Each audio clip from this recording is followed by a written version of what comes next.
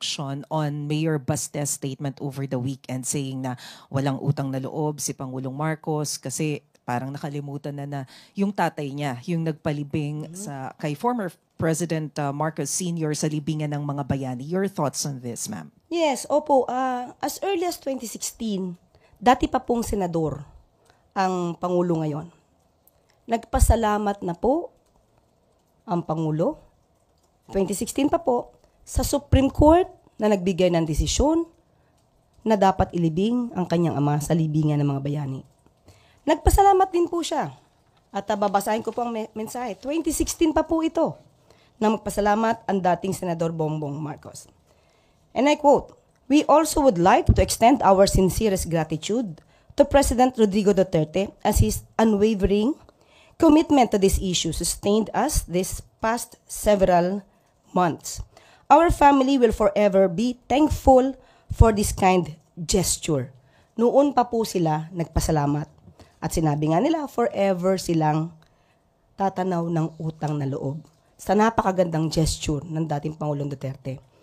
Pero ang pagtanaw po ng utang na loob ay hindi dapat madiskaril at hindi dapat magtraidor sa batas at sa hustisya.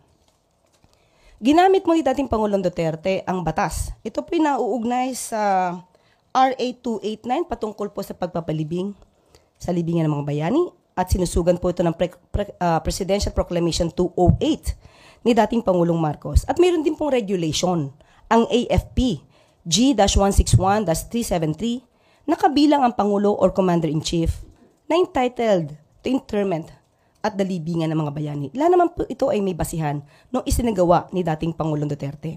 Ang pagpapaaresto naman po o pagsusurrender kay dating Pangulong Duterte sa ICC ay meron din pong kaugnayan na batas at meron po tayong sinusunod na commitment para sa Interpol.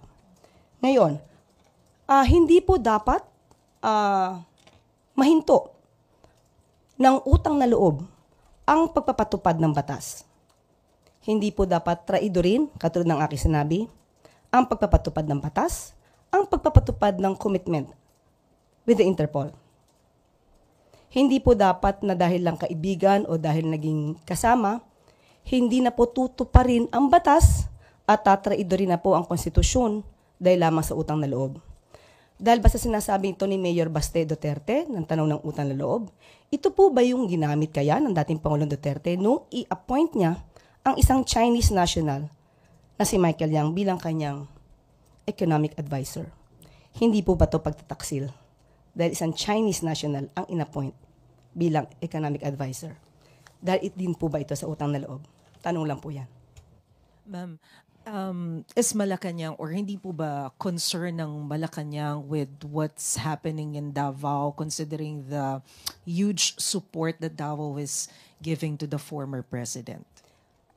Ang mga taga Davao po ay Pilipino rin. Of course, tayo lang po, pati po ang palasyo, ang Pangulo, ay concern po sa nangyayari sa Davao. Pero ang tangi lamang po nating hiling ay sana po ay maging mahinahon at alamin po ang katotohanan. Yun lamang po, hindi po ba nagkaroon ng pagsasabi itong si Mayor Baste na sila daw ay i-raid yung kanilang bahay. Again, ito po ay walang katotohanan. Tinanong po natin si General Torre patungkol dyan kung mayroon pong operasyon ng pag-raid sa bahay. Kasi yun po yung sasabi nila palagi. Can we consider this as fake news? Can be. Uunahin ba natin sila idemanda dahil nagpakalat ng ganito? Pag-aaralan. Pero, nung sinabi po ni General Torre na walang ganong operasyon, hindi po ba ang sinagawa nilang pagsasabi na may pagre-raid ay nakagulo sa isipan ng mga taga Davao City? Sana po, yung mga kababayan po natin, lahat po tayo dito ay Pilipino. Magmasid lang po muna tayo. Yun lang po ang tanging hiling natin. Okay? Sige. Ivan Mayrina, GMA News.